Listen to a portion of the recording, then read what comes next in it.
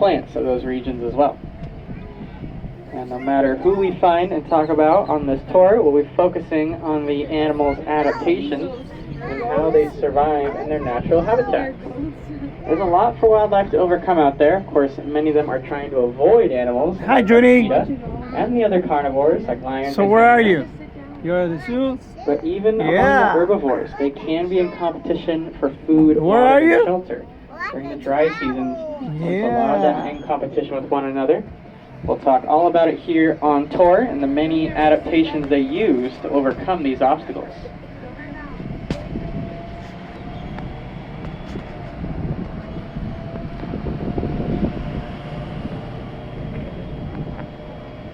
All the way around. We call this area South Africa.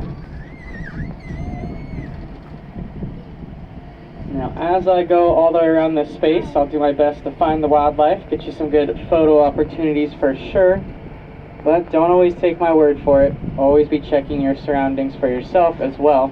You never know where they might be hiding. A lot of the animals on this tour have this adaptation called camouflage, meaning they're trying to blend into their environment. They're trying to avoid danger out there in the wild. Well, they have nothing to fear here at the park. That camouflage makes it a little harder for us to find them sometimes. But I'll do my best, you do your best as we get in here to our South African habitat.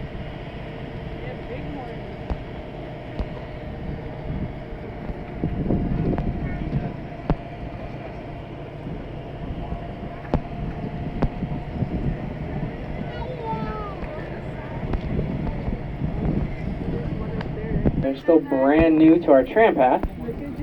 So up ahead through the gate here on the passenger side, you'll see our bird marsh, but we'll face our pink-backed pelican. A little smaller, but still, pelicans are some of the larger birds you'll find out in the wild for sure. I see a few of them kind of being stirred up a little bit. That's okay. We'll head out and leave them be. Antelope can lock horns with each other. It's plenty of food. They're very good at sharing. But you might see pushing and shoving with those horns. On the driver's side, I see a couple more species of antelope.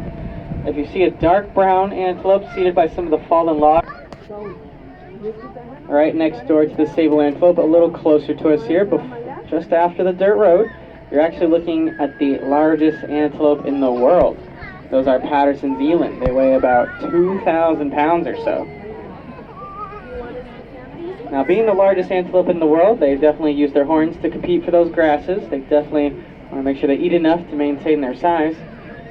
But in the wild, if it's hard to find delicious green grass, the Patterson's eland will actually use their horns to go upwards and knock down branches, knock down leaves in the tree. You can't really be picky when you're the largest antelope in the world, so their second favorite food is those leaves in the tree. And using their horns to knock them down provides them for food given their height. You might know where I'm going with this, especially if you're looking towards the driver's side up ahead. It looks like we're going to find our Maasai giraffe. Oh, look at that one. It's a different color.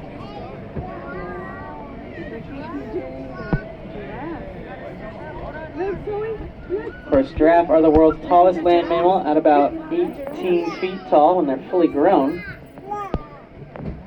Use their height to their advantage. They really do get every leaf up in the tree. No one else even really comes close.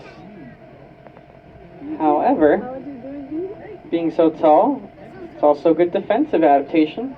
The giraffe have a pretty good view up there, and they can see 2 to 3 miles away clearly with their great big eyes. So they definitely saw you all before we even got here, and they will continue to watch us as we go along our tram path. Now, for this reason, giraffe are very popular among this tour. Of course, glad we found them, but giraffe are also popular among the savanna species we're seeing and talking about, like our antelope and a few others we might find up ahead. Imagine you're an antelope, totes of our Cape buffalo, all seated together, taking a break out in the plains here.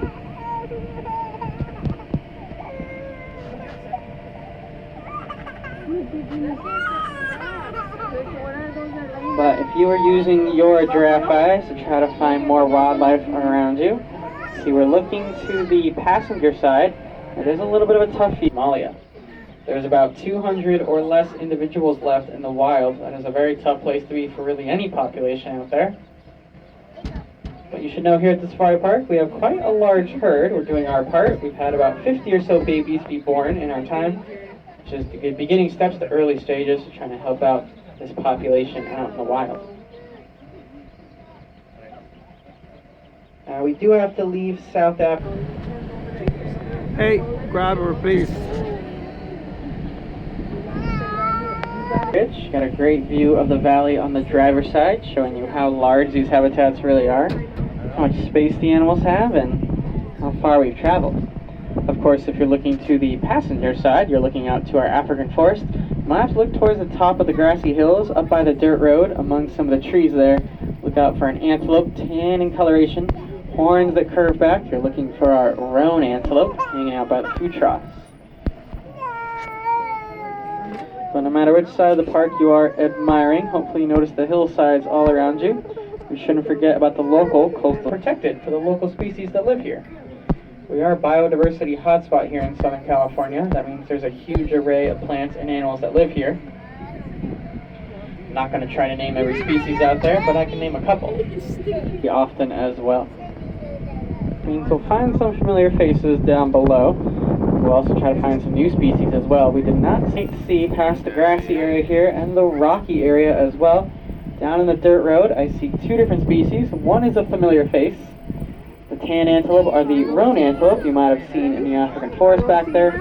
And we do have two Grevy's zebra down there as well. The Grevy's zebra are more towards the dirt road and the rocky area down below. You may have to stand up for a better view. We have two zebra in this habitat, two males, and sometimes they hide really well down there. Sometimes they don't even see them at all. So even though they're far away, That looks like a donkey. down below in the valley, it's still very exciting to see those black and white stripes. Grevy zebra Oh, are yeah, one the of one many over there on that endangered species side. you're helping to support just by being here. For that reason, they're on our species survival plan. That's SSP for short. Think of it as a plan that we work with animals like zebra and giraffe, and we consider their genetics. We make sure when animals are born here, they live long lives for us to learn from and appreciate, and make sure they're born healthy and learn more about them here in our zoological facility, and especially if they were release candidates, we make sure. You cannot find them in North Africa or on the Sahara Desert where they were once native to. However, a bit of good news here at the safari park. We've had over 700 babies be born here in our time, which is a huge step forward for the species. And we're not the only ones. Out in Africa, we do support organizations trying to work on release programs, trying to reestablish them back out in the wild. These things take time and a lot of effort. You want to make sure the animals are successful, but maybe one day we'll have the scimitar horned oryx back out established in North Africa where we want them to be. Safari park. So I want to look out for the giraffe out there who are a little shorter than the rest. Although there is really no such thing as a short giraffe. When they're born, day one, they are born at 6 feet tall. That's taller than many of them everyone aboard the tram here. It's really hard to imagine an 8-foot tall baby, but that's what you get. The world's tallest land mammal. Africa Plains Trail past Lion. Try not to leave anything behind on the tour.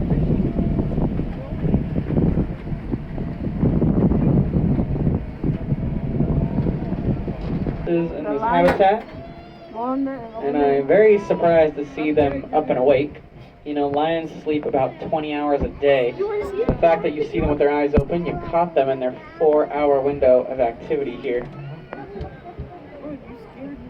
Hunting, the male, with his large mane, is a little slower than the females. He just can't keep up, so he is reserved for defense, defending the territory from other male lions who would like to take over their space. Here at the park, we don't have a male at the moment, but we do have 3 sisters that you saw here. We're back. Come on, you gotta get out. We're back.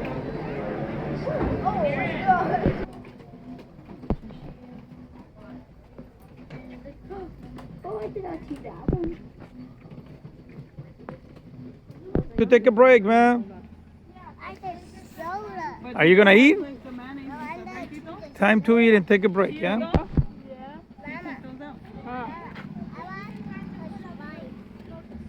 Hey, Zoe. Time to take a break, yeah? You're gonna have to share. Oh, man, look at you guys. I got a ham. I'm thirsty. I'll sacrifice myself to eat one of those little sandwiches. Oh, man, look at you. What's going on there?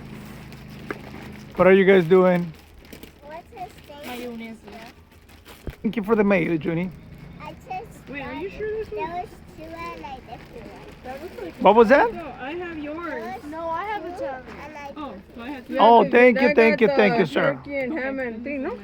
Oh, can you do Well, enjoy your food, guys. Mama. Thank you, thank you. Two packets. Where's the other bag with the Okay, time to take a little break. Gonna stop the recording. What, Junior? That's the mayonnaise. Thank you guys for the company. Enjoy your meal. Where's the other bag? The other bag that I have my stuff, my chips and all that stuff. There was another one hanging there. Unless Rachel put it on the stroller. No? You can pay for you can pay for it. Thank you, Lord, for thank you for letting us come together as a family, and thank you for letting us come to the zoo. I pray that the food digests well and we get all the nutrients we need from it. In Jesus' name, amen. Amen. Amen, sir.